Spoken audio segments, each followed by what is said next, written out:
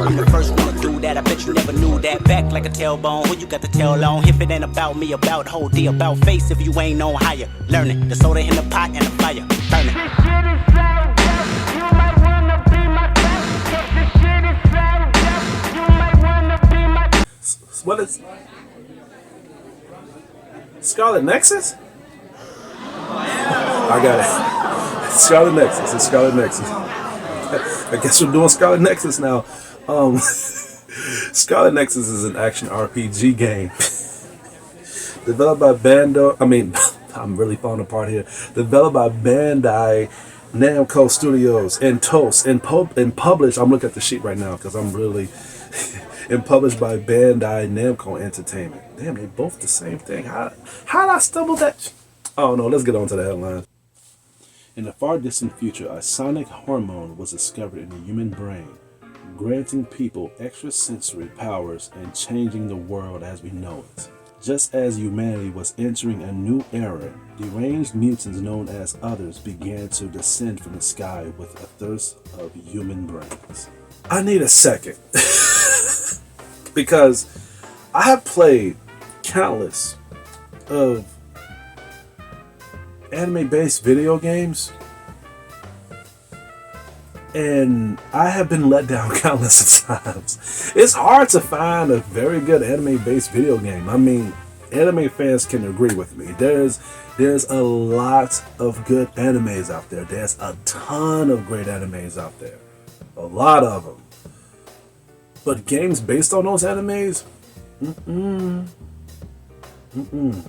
There's not many.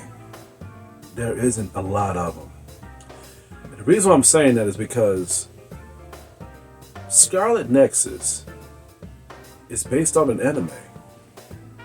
I haven't watched it though. I have not. And I've heard that the anime is good. I heard it is very good, fantastic in a way. Does that mean that you need to play the game first for you to watch the anime? I hope that's the case, because I've just played the game and I finished it. And since the game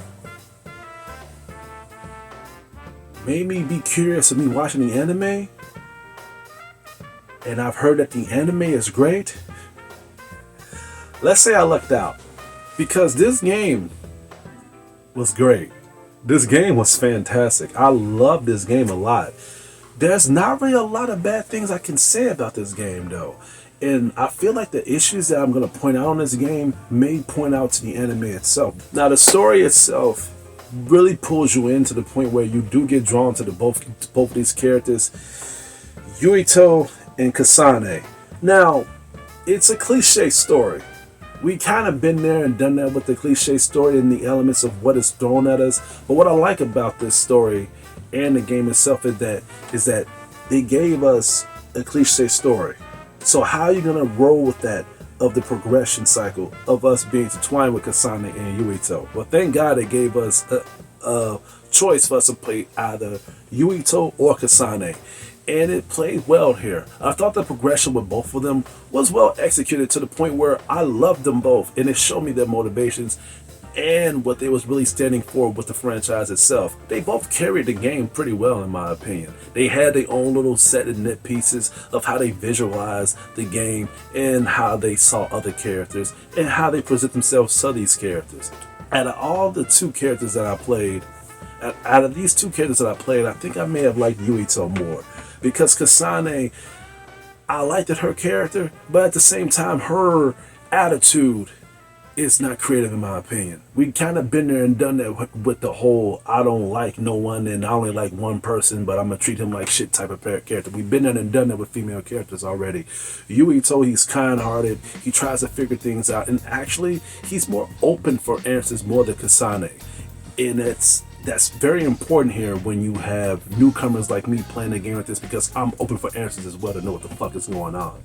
As we get pulled in by this story, I will say that this game has done well with the visuals of the graphics of this game.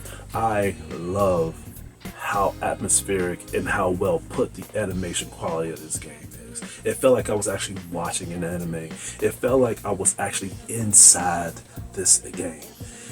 and they did not pussyfoot around with these graphics, especially when I was using different outfits and different little add-on pieces to my character, and it would show into these cutscenes. And don't get me wrong, these are not cutscenes that they just stand still in a box and they just show a subtitle and their mouths don't move. Their mouths actually fucking move, and when they move, they have expressions of their faces, and they do show these new costumes in cutscenes too, moving cutscenes. A lot of animated games don't do that shit, and we're on a PS5. I even talked about that on Dust Diver, how they are lacking the facial expression maneuvers. They show the outfits at least, but I want to feel these characters' motivation, especially when they're going through some fucked up shit, and they don't shy away from that here on Scarlet Nexus. Thank God for that. That deserves praise, because I was beginning to feel like, damn, we got better graphics, we got better games, we got we got better consoles now, and we're still taking a step back of us putting effort into showing us how animated these characters are. Thank God Scarlet Nexus has literally gave me hope. Even the lip syncing is great. I played this on Japanese because when I was playing Dragon Ball Z Kakarot, I was tired of me playing an English dub game and they just talk like this. So much to the point where I don't even get mad anymore. I start laughing. When I was playing Scarlet Nexus, I instantly put it in Japanese, but it was already in default English, so I switched it up in English, and I was like this. But the lip syncing on there was great. It felt like it was meant to be in English, which it was. I consider myself schooled. The lip sync on here is great. It's fantastic. It needs to be praised and it needs to be talked about because the lip sync on here is done with perfection. It makes all these other anime-based games look like shit. Even Dragon Ball Z Kakarot, and that just released on the PS5 recently, and they still need to up their game up with the lip syncing. That's fucking atrocious. As we get pulled into the story, we get introduced to side characters. Now, this is where I gotta take a couple points off, because as we get pulled into by these side characters, I was not engaged to their motivations to the point where I'm supposed to care for them, especially when they was beginning to fall like fucking ants. They was beginning to die off, and things was beginning to happen to them. I wanted to feel that attachment. I wanted to feel like I was supposed to like these characters. Maybe they may carry on to the anime itself. I'm not gonna be that asshole and say that, oh well, I didn't watch. I mean, I watched the anime, so I really didn't. No, I you know what, to be fair here, I'm not gonna take points off. I'll be fair and just say that, you know, these characters, I wish they was more meatier when it comes to me caring about them, because I'm a pretty sentimental person. I do cry when I'm supposed to, but I really did wish there was more attachment to these side characters, honestly. They did give us side missions though. They did give us side missions for us to care about these characters, but it was just to build up their like simulator about you so they can have more abilities as you go along these missions, so they can really help you a lot. And it does matter here, man, because these enemies on here, they are no spring chicken. These enemies, there are two ways for you to take these enemies down. One, in a balance of skill, by you knowing how these enemies attack you so you can dodge at the right moment, so you can perform a counterattack, or you can use elemental abilities that each of these characters have, which I thought was pretty cool. You can use different varieties of movesets such as fire, such as water, such as electricity, teleportation, you name it, they have it here. And each of these characters do play a part of these elemental abilities by these side missions being unlocked, so you can make them even more stronger. I thought that it was necessary, but at the same time, I wish they would have fleshed out their progression of the pacing of these characters just as well as they've done with the progression of how they conduct themselves in battle. Let's talk about the way how this game conducts himself when it comes to the open world simulator. I'm very picky with open world games. I am. If you are new to my channel, welcome. But for people who are familiar with my channel and they know that I review games like this that has open world simulator, they know I really go in on how lackluster the open world can be when it comes to these anime-based games.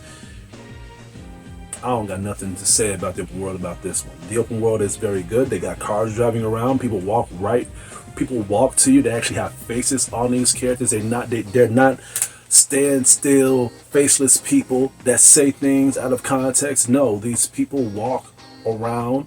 They actually interact with each other. It actually feels like these people are alive, and that's something to talk about. That's something to praise about, and that's something to rub on these other developers' faces when it comes to making these games on the PS5, and they are lacking this issue. Scarlet Nexus, you get kudos for that as well. Overall, I love this game a lot. I love this game a lot, to the point where it's an iffy replayability to me. Maybe if I want to get every single collectible, stay tuned for my review for these, because these are going to be next on my list. Consider me a fan of the franchise. I'm going to have to give Scarlet Nexus an A-. It may be a big score for some people, especially since I'm picky, but I'm being fair here, because by me not being aware of the anime, and it may have taken place before the anime, or maybe after, I hope it takes place before, but by me knowing the game for what it's given me, it's no doubt that this is a very fun game. Anybody that has played Scarlet Nexus will tell you that this is a game that is not to be overlooked, especially now since they have a good deal on it on the PlayStation Store. They have the complete edition with all the DLC, all the characters' costumes, everything, for only $20.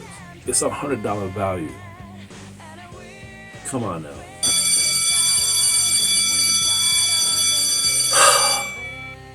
I'm thirsty. I'm very thirsty. This is my third review I've done in less than an hour. I am really on the ball right now. But other than that, that's all I have to say for today. Please stay tuned for my upcoming reviews and videos headed your way. This is Hugo, your critic teacher, and I'm about to go to bed. You guys have a good day.